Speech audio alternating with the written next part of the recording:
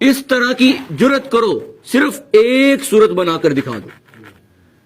سورہ کوثر آتی ہے، سب کو آتی ہے، کتنے صفوں میں آتی ہے وہ؟ 1.5 لائن میں آتی ہے، انا اعطیناک الکوثر فصل لربک وانحر ان شانئک هو الابتر، 1.5 لائنوں میں آتی ہے۔ فرمایا قرآن پاک کے مد مقابل 1.5 سطر بنا کر دکھا دو۔ کافر کو چیلنج کیا، وہ مانا کیونکہ وہ ضد پر اڑا ہوا ہے۔ منافق کو بھی بیان فرمایا، منافق کو کہا کہ دیکھ تو صحیح کہ تجھے پیدا کس شان سے کیا تھا، فرشتوں کو تیرے سامنے سجدہ کروایا، فرشتوں پر تجھے اعلیٰ کیا، تجھے ساری مخلوقات میں سے اشرف بنایا، اعلیٰ بنایا، پھر تو کسی اور طرف کیا لینے جاتا ہے؟ کافر تو بھی دیکھ کہ تو ہی تھا جو کہ ایک نطفہ تھا، اب میں نے اس کو کتنا بڑا انسان بنا دیا ہے، جب بڑا ہو گیا تو مجھ سے بھی بڑا بنتا ہے۔ تو متقی کو بھی کہا دیکھو کتنی شان سے میں نے تجھے بنایا تھا، اب تو بھی اسی شان سے میرے پاس آتا ہے۔ تو تینوں کو مخاطب فرمایا، لیکن متقی نے کہا ہم کیا لے آئے؟ ایمان لے آئے۔ کافر نے کہا پھر بھی میں مننا کوئی نہیں۔ ایک نے فرمایا سیدھا جنتی، ایک نے فرمایا سیدھا جہنمی دوزخی، ایک رہ گیا کون؟ منافق۔ اب اس کی بات سٹارٹ کی ہے، فرمایا مدینہ منورہ میں آ گئے، پہلے کدھر رہتے تھے؟ مکہ مکرمہ۔ 13 سال کی زندگی میرے آقا کریم صلی اللہ علیہ وسلم اور صحابہ کرام کی کدھر ہے؟ مکہ مکرمہ میں، وہیں قرآن پاک نازل ہوتا رہا۔ 13 سال کے بعد ہجرت کر کے کہاں آگے؟ مدینہ منورہ میں۔ جب آئے نا تو ایک قوم جو مدینہ منورہ میں ہے، مدینہ منورہ کے رہنے والے ہیں، ان کی ریاست بھی ہے مدینہ منورہ میں، چمک رہی ہے، ریاست ہے باقاعدہ، ان کا نظام چلتا ہے، سکہ چلتا ہے۔ ان کا سامنا ہو گیا، وہ تھے یہودی۔ اب سمجھ نہیں آ رہی، ایک تو تھا کافر اس وقت، ایک تھا مومن، یا ادھر ہم تھے یا سیدھے سیدھے انکار کرنے والے تھے، یہ کون سے بیچ والے ہیں؟ تو سمجھنے کی ضرورت تھی کہ نہیں تھی؟ تو اللہ تعالیٰ نے ان کا سارا بیان فرمایا کہ یہ کہاں سے شروع ہوئے، کہاں پر آئے ہوئے، پچھلا ان کا کیا تھا سارا سسٹم، اور اب انہوں نے کیا کرنا ہے، ساری ان کی وضاحت کر دی۔ 150 آیات تک انہی کے اعتراضات کے جوابات ہیں، اور انہی کی حقیقت بیان کی کہ یہ سارا کچھ کیسے ہے۔ 150 آیات کا خلاصہ ہو گیا، 150 آیات کا۔ یہ دوسرے پارے کی بھی پہلی 10 آیات ہے، پہلا پارا ویسے مکمل ہو گیا، لیکن اب اس کو بھی کھولنا ہے۔ کیسے ان کا تعارف کروایا؟ ان کو مخاطب کیا، یا بنی اسرائیل، اے بنی اسرائیل، او یہودیو، او منافقو، تم اب جا کر اعتراض کر رہے ہو، یہ تمہاری کوئی نئی بات نہیں ہے، تم پر میں نے کتنے انعامات کیے تھے، یاد تو کرو، اذکروا نعمتی التی انعمت علیکم، میری نعمتیں تو یاد کرو، میں نے تم پر کتنی نعمتیں نازل کی تھی، پھر بھی تم میرا انکار کر رہے ہو، پھر بھی تم گستاخیاں کر رہے ہو۔ اتنی گستاخیاں کی کہ حضور صلی اللہ علیہ وسلم کے اوپر بولتے تھے یہ ہمارا چرواہا ہے۔ کبھی آ کر محمد کو مذمم کہتے ہیں، محمد تعریف کیا گیا، اور مذمم جس کی مذمت کی جائے، جس کا رد کیا جائے۔ کبھی آگے کوئی بکواس، کبھی کوئی، کبھی کہہ رہے ہیں لئن رجعنا الى المدینہ لنخرجن الاعز منها الاذل، اسی ایک باری مدینہ واڑ لویے، جا کے اسی ذلیلاں نو کڈنا۔ یہ صحابہ اکرام پر لفظ بول رہے ہیں۔ ان کا تعارف کروایا گیا، ان کو سمجھایا گیا، تمہیں یاد نہیں ہے تم شروع موسیٰ علیہ السلام سے ہوئے ہو، کدھر سے؟ موسیٰ علیہ السلام سے، اب ان سے بات ہو رہی ہے، تمہیں یاد نہیں ہے اس وقت سارے جہان میں میں نے تم کو فضیلت دی تھی، کیا دی تھی؟ فضیلت دی تھی، میں نے تمہیں اعلیٰ بنایا، پھر فرعون کہ لوگ تمہاری عورتوں کو زندہ چھوڑ کر ان کے گود سے بچہ جنا ہوا کھینچ کر ان کے سامنے ذبح کر دیتے تھے۔ میں ہی تو تھا جس نے تمہیں فرعون سے نجات دلائی۔ پھر جب تم فرعون کے پاس سے نکلے آگے سمندر، پیچھے فرعون، تو میں ہی تو تھا، سمندر کے قریب کشتیاں بھی اتنی کوئی نہیں کہ جس سے یہ گزر سکیں، اتنے زیادہ ہیں موسیٰ علیہ السلام کے ماننے والے، تو اس وقت بھی میں ہی نہیں تھا جس نے سمندر کو پھاڑ کر تمہیں اس میں سے نکال دیا تھا، سمندر کو 2 ٹکڑے کر دیا تمہارے لیے، تو اب تم کیوں نہیں مانتے؟ میری نعمتوں کو یاد تو کرو۔ پھر اگاں لگ گئے سمندر چوں، وہاں جا کر میں نے تمہیں تورات جیسی عظیم الشان کتاب عطا فرما دی، پھر بھی تم مانے نہیں۔ پھر میں نے پھر جب تم نے بچڑے کو پوجا، گاں دا بچہ، بچڑے کی عبادت کرنے لگ گئے تم، سونے کا بنا کر، اس کو کہا ہے ساڈا اللہ ہے، تم ایسی خبیث قوم تھے۔ پھر اس پر تم سے توبہ کروائی، میں ہی تھا جس نے شرک جیسے گناہ پر تمہاری توبہ کو بھی قبول فرما لیا۔ تم نے کہا اسی اس ٹائم تک اللہ نو نہیں مننا، موسیٰ تیرے تے ایمان نہیں لے آنا جب تک ہم کھلی آنکھوں سے اللہ کو نہ دیکھ لیں۔ تم نے یہ بکواس کیا، ایمان بالغیب، متقی کی طرح، غیب کو مانا نہیں۔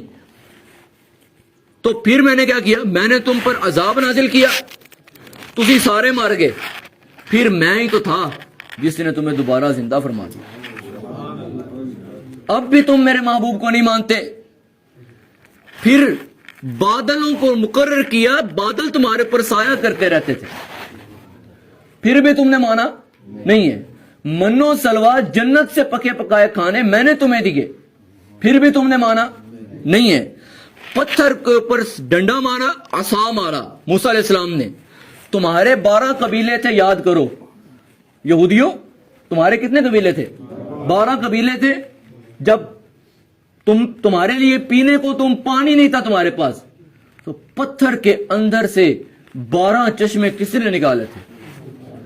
اللہ نے۔ تو پھر بھی میری بات نہیں مانتے۔ اب میرا محبوب مدینہ آ گیا ہے، آ کے گستاخیاں کرتے ہو، میری نعمت تو یاد کرو، یاد نہیں ہے۔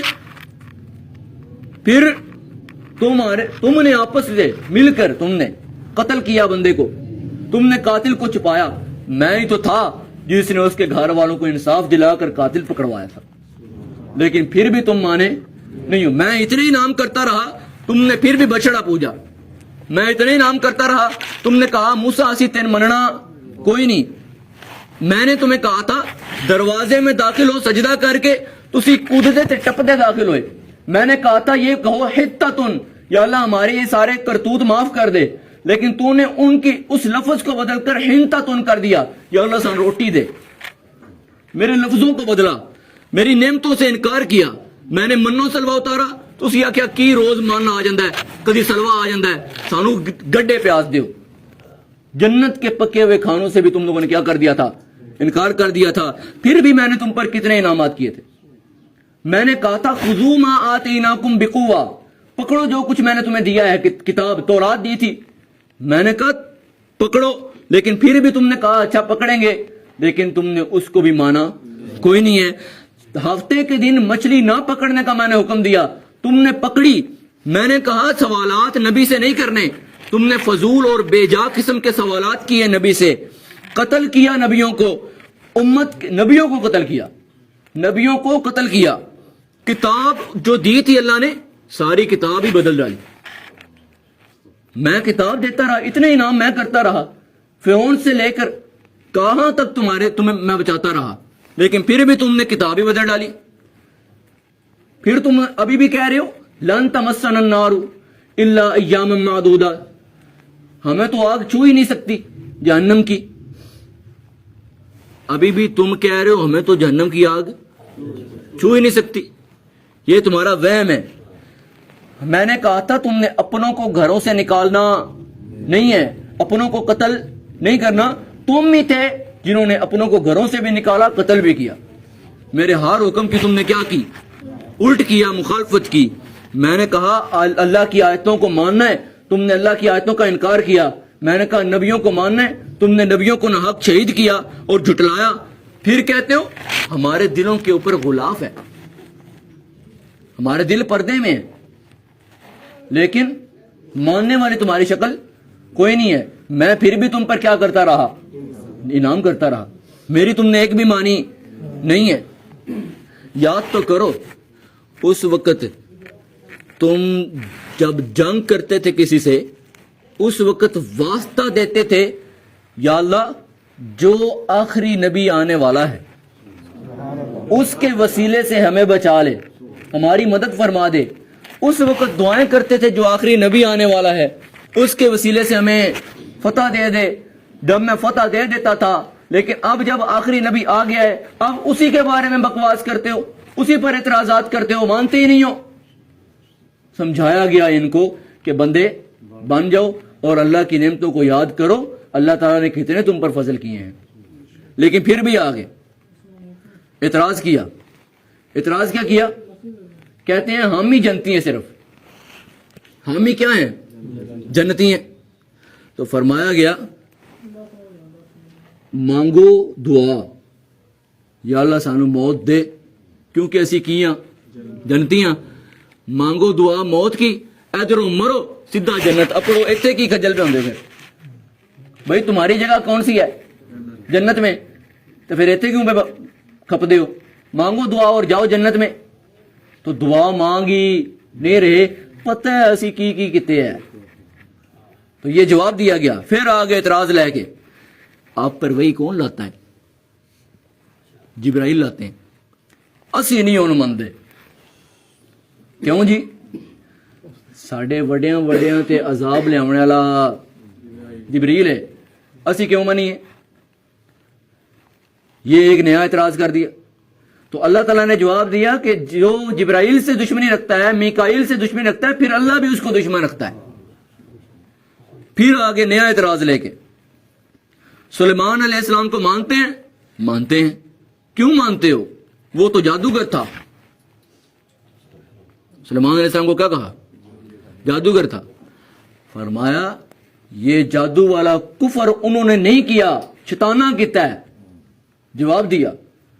پھر نوا اعتراض لے کے آگے کی آگے ہاروت ماروت دو فرشتے, کبھی نام سنا ہے؟ ہاروت ماروت دو فرشتے, انہوں نے عورت سے زنا کیا, شراب پی, فلاں کیا. فرمایا نا فرشتہ اللہ کی نافرمانی کرتا نہیں ہے. یہ سارا قصہ تم کیا بکواس کر رہے ہو, جھوٹ ہے سارا قصہ. وہ تو آئے تھے تمہیں یہ بتانے کہ جادو اور چیز ہے, معجزہ اور چیز ہے. جادو صرف آنکھ کا دھوکہ ہے, چیز کی حقیقت نہیں بدلتا, صرف آنکھ میں اس چیز کی شکل بدلتا ہے. لیکن معجزہ ایسا ہے جو کہ ڈنڈے کو حقیقتاً سانپ بناتا ہے, جو کہ سمندر کو حقیقتاً پھاڑتا ہے, جو کہ پتھر میں سے 12 چشمے نکالتا ہے. اس کو معجزہ کہتے ہیں. وہ تو صرف یہ بتانے آئے تھے, تم کیا کہہ رہے ہیں ان کو. یہ پوری ڈیٹیل سے جواب دیا. پھر آگے نیا اعتراض لے کے آگے بیٹھ کے مجلس میں بیٹھ کے صحابہ کرام جو دور بیٹھے ہیں وہ عرض کر رہے ہیں رائنا یا رسول اللہ صلی اللہ تعالی علیہ وسلم, ہم سمجھ نہیں پائے, ہماری بھی رعایت فرمائیے, دوبارہ دہرا دیجئے. تو صحابہ کرام بار بار سننے کے لیے دوبارہ عرض کر رہے ہیں. تو کیا لفظ بولتے ہیں؟ رائنا, ہماری رعایت فرمائیے. یہ پیچھے سے بول رہے ہیں نقل اتار کے, رائنا یا رسول اللہ, اے ساڈے چروائے, بکریاں چرانے والا, اے ساڈے چروائے, ساڈے والوں تک. یہ ایک ہی لفظ کو بدل کے بولتے ہیں. وہ صحابہ کہتے ہیں رائنا, ہماری رعایت فرمائیے, کہتے ہیں رائنا, اے ہمارے چرواہے. اس کا جواب دیا گیا صحابہ تم یہ لفظ ہی چھوڑو جس کو بدل کر میرے محبوب کی گستاخی کرتے ہیں, تم بولا کرو انظرنا, ہماری طرف نظر کرم فرمائی. اینت بدل کے بخاؤ نا, پھر اس کو بدل سکے نہیں ہے. وہ لفظ جو محبوب کی بارگاہ میں گستاخی کا شائبہ دیتا تھا, حالانکہ لفظ کتنا اچھا ہے, ہماری رعایت فرمائیے, لیکن اس کا معنی بگڑ گیا. اب لفظ ہی بدل دیا تاکہ میرے محبوب کی شان میں گستاخی کا شک جس لفظ میں آ رہا ہے وہ بھی بولنا نہیں ہے. تو سارا لفظ ہی بدل دیا. اچھا پھر آگے اسی جنتیاں کیوں جی؟ ابراہیم علیہ السلام, ان کے بیٹے اسحاق, ان کے بیٹے یعقوب، ان کے بیٹے یوسف، یہ سارے یہودی تھے، لہذا اسی بھی یہودیاں اسی کیاں. نبیوں کو کیا کہہ رہے ہیں کہ یہ سارے معاذ اللہ یہودی تھے.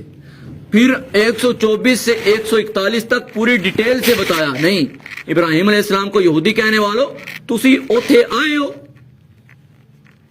اب موسیٰ علیہ السلام پہلے آئے کہ ابراہیم علیہ السلام؟ ابراہیم علیہ السلام پہلے آئے ہیں. موسیٰ علیہ السلام تو بہت بعد میں آئے ہیں، بہت ہی بعد میں آئے ہیں. تورات بعد میں اتری ہے، ابراہیم علیہ السلام پہلے تشریف لے گئے. تورات بعد میں اتری ہے. اسحاق علیہ السلام پہلے تشریف لے گئے، تورات بعد میں اتری ہے. اور یعقوب علیہ السلام پہلے تشریف لے گئے. جب وہ یہودی بن رہے تھے تسی اتھے آئے ہو؟ جی نہیں. تمہاری کتاب تھی؟ جی نہیں. تو انہوں کس دسے؟ ساری کھوپڑی فارغ ہو گئی، جواب دے دیا. تو اس پر 141 نمبر آیت پر پارا پہلا مکمل ہو گیا. اور ساتھ یہ میں نے ترجمہ بھی آپ کو بتایا، اور کچھ بھی چھوڑا اللہ کے فضل سے نہیں. یہ 141 آیات مکمل ہوگی. اب شروع میں ایک چیز رہ گئی تھی، سورہ فاتحہ. وہ سمجھنی چاہیے کہ نہیں سمجھنی چاہیے؟ ابھی وقت بھی ہے. کتنا ٹائم ہو گیا؟ 37 منٹس. الحمدللہ. سارے بولے، پھر بولے الحمدللہ. سورہ فاتحہ، اللہ رب العزت نے سورہ فاتحہ میں پورے قرآن پاک کا خلاصہ بیان فرمایا ہے. الحمدللہ رب العالمین. تمام تعریفیں، تمام خوبیاں، تمام کمالات، تمام صفات للہ اللہ ہی کے لیے ہیں. رب العالمین، جو کہ سارے کے سارے جہانوں کا اکیلا پالنے والا ہے. کیسا خوبصورت پالنے والا ہے. الرحمن، بڑا مہربان ہے. الرحیم، بڑی رحم کرنے والا ہے. مالک یوم الدین، قیامت جیسے ہولناک دن کا 50,000 سال کے ایک دن کا اکیلا مالک ہے. اب جب الحمدللہ تمام تعریفوں کے لائق کون؟ اللہ. اب بولنا ہوگا آپ کو. تمام تعریفوں کے لائق کون؟ اللہ. رب العالمین کون؟ اللہ. الرحمن کون؟ اللہ. الرحیم کون؟ اللہ. مالک یوم الدین کون؟ اللہ. جب یہ سارا کچھ اللہ ہے تو وعدہ کرو ایاک نعبد و ایاک نستعین، ہم عبادت بھی کریں گے تو صرف تیری ہی کریں گے، مدد بھی مانگیں گے تو صرف تجھی سے مانگیں گے. کس بارے میں مدد مانگ رہے ہیں؟ اہدنا الصراط المستقیم. یا اللہ ہمیں سیدھے راستے کی ہدایت دے دے، ہمیں سیدھے راستے پر پکڑ کے چلا دے. ایک ہوتا ہے راہ دکھانا، ایک ہوتا ہے راہ تے چلانا. دونوں میں فرق ہے. یہ اکثر مثال میں عرض کرتا ہوں کہ راستہ دکھانا یہ ہے کہ میں نے پوچھا فلاں کا گھر کدھر ہے، اس دسیا ایتھوں جانی سیدھا، ادھر اینج مڑی، ادھر سے سیدھا جاؤ گے نا تو پھر ایک آئے گا کھمبا، ادھر سے ایسے مڑو گے آگے ایک دکان ہوگی، اس سے اگلی گلی میں پہلا گھر ہوگا. یہ اس نے گھر کا نقشہ بتایا یا دکھایا. دوسرا طریقہ ہے میں نے اس سے پوچھا فلانے کا گھر کیا ہے، کہاں ہے، اس نے میرا پکڑا ہاتھ اور چلا کے لے کے جا کے اس کے گھر کے سامنے کہتا ہے اے دعا جو ایتھینٹک کیڑا ہے، پاورفل کیڑا ہے، بازو پھاڑ کے اہدنا الصراط المستقیم، ہمیں چلا دے سیدھے راستے پر. صراط الذین انعمت علیہم، راستہ کن لوگوں کا؟ الذین انعمت علیہم، جن پر تو نے انعام فرمایا. وہ لوگ کون ہیں جن پر تو نے بھی انعام فرما دیا؟ وہ کون ہے؟ انعم اللہ علیہم من النبیین، ترجمہ کریں، من النبیین والصدیقین، سچے، والشہداء والصالحین، نیک لوگ، وحسن اولئک رفیقا، یہ کتنے سونے سجن ہیں. لفظ کیا بولا؟ وحسن، حسن اولئک رفیقا، یہ کتنے سونے سجن نے. یہ سورہ نساء کی 69 میں وضاحت فرمائی ہے، من یطع اللہ والرسول فاولئک مع الذین انعم اللہ علیہم من النبیین والصدیقین والشہداء والصالحین وحسن اولئک رفیقا. صحابی پریشان بیٹھے ہیں، میرے محبوب تشریف لائے. صحابی آج کیا ہوا ہے؟ حضرت ثوبان، صحابی کا نام کیا ہے؟ رضی اللہ تعالی عنہ. پریشان بیٹھے ہو, کیا ہو گیا؟ آپ کے چہرے کا رنگ بھی اڑا ہوا ہے, پیلا پڑا ہوا ہے, پریشانی لگتی ہے. یا رسول اللہ صلی اللہ علیہ وسلم, صبح گھر جاتا ہوں آپ کی مجلس سے, تازہ تازہ چہرہ پر انوار دیکھا ہوتا ہے. گھر جا کے نا اپنے بیوی بچوں کو اکٹھا کرتا ہوں, آپ کی باتیں جو سنی ہوتی ہیں وہ سنانے لگ جاتا ہوں. تھوڑی دیر گزر جاتی ہے باتیں سناتے ہوئے, خیال آتا ہے کچھ وقت گزر گیا, محبوب کا چہرہ دیکھا نہیں ہے, پیاس لگ گئی دوبارہ دیدار کی. پھر بھاگتا ہوا آتا ہوں, آپ کا چہرہ پر انوار دیکھتا ہوں, مجھے میری پیاس بجھ جاتی ہے. میں پھر گھر جاتا ہوں, میں دیکھ کے آتا ہوں ابھی میرے محبوب یہ کر رہے تھے, ابھی میرے محبوب اس طرح بیٹھے تھے, ابھی میرے محبوب اس طرح گفتگو فرما رہے تھے, ابھی میرے محبوب کے ہاتھ میں یہ تھا, ابھی وہ اس طرح پکڑا ہوا تھا. میں سارے انداز بیان کرتا ہوں. پھر تھوڑی دیر گزر جاتی ہے, میں پھر آتا ہوں, مجھے پھر پیاس لگتی ہے, پھر تڑپ آتی ہے, پھر طلب آتی ہے. میں بھاگتا آتا ہوں, محبوب آپ کے چہرہ پر انوار پر نظر ٹکاتا ہوں, ساری تھکاوٹ ہی لے جاتی ہے, ساری پیاس ہی بجھ جاتی ہے. لیکن ابھی پریشانی اس بات کی ہے, جنت میں تو آپ ہوں گے سب سے اعلیٰ مقام پر, میں پتہ نہیں جنت میں کہاں ہوں گا. صحابی کہتا ہے پتہ نہیں جاؤں گا بھی کہ نہیں. کون کہہ رہے؟ صحابی. اس میں ہمیں اپنا خیال کرنا چاہیے. اگر گیا تو میں پتہ نہیں کہاں ہوں گا اور آپ پتہ نہیں کس اعلیٰ مقام پر ہوں گے.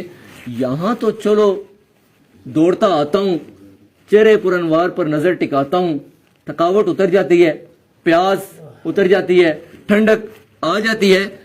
جنت میں اگر آپ کا چہرہ پر انوار نہ دیکھ سکا, پریشانی اس بات کی ہے میرے چہرے کا رنگ اس لیے اڑا ہوا ہے کہ وہاں جنت میں میرا گزارا کیسے ہونا ہے, جنت کے اندر میرا گزارا کیسے ہونا ہے. تو حضور نے خاموشی اختیار فرمائی, جبریل آ گئے.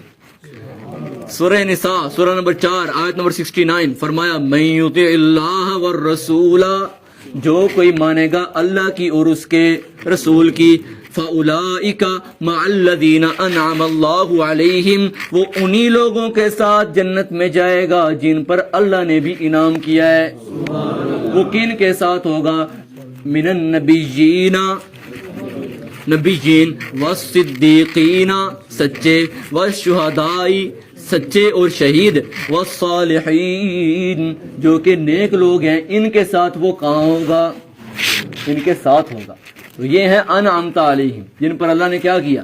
انعام کیا. تو یا اللہ ہمیں ان کا سیدھا راستہ دکھانا. آگے فرمایا, غیر المغضوب علیہم, ان لوگوں کا نہیں جن پر تو نے غضب فرمایا, غصہ فرمایا. بنی اسرائیل تے فرمایا کہ نہیں فرمایا؟ جن کا ابھی واقعہ بیان کیا ہے, اتنی خبیث لوگ جنہوں نے اللہ کی نعمتوں کو بھی جھٹلایا, نبیوں کو قتل کیا, معاذ اللہ شہید کیا. تو کیا یہ لوگ انعام یافتہ ہیں؟ مغضوب علیہم ہے کہ نہیں ہے, جن پر اللہ نے غضب کیا, عذاب کیا, ہے کہ نہیں ہے؟ فرمایا ان کے راستے پر بھی ہمیں نہ چلا کہ ان کے راستے پر جن پر تو نے انعام کیا. اب ایک رہ گیا, والضالین, گمراہ, گمراہوں کے راستے پر بھی ہمیں نہ چلا.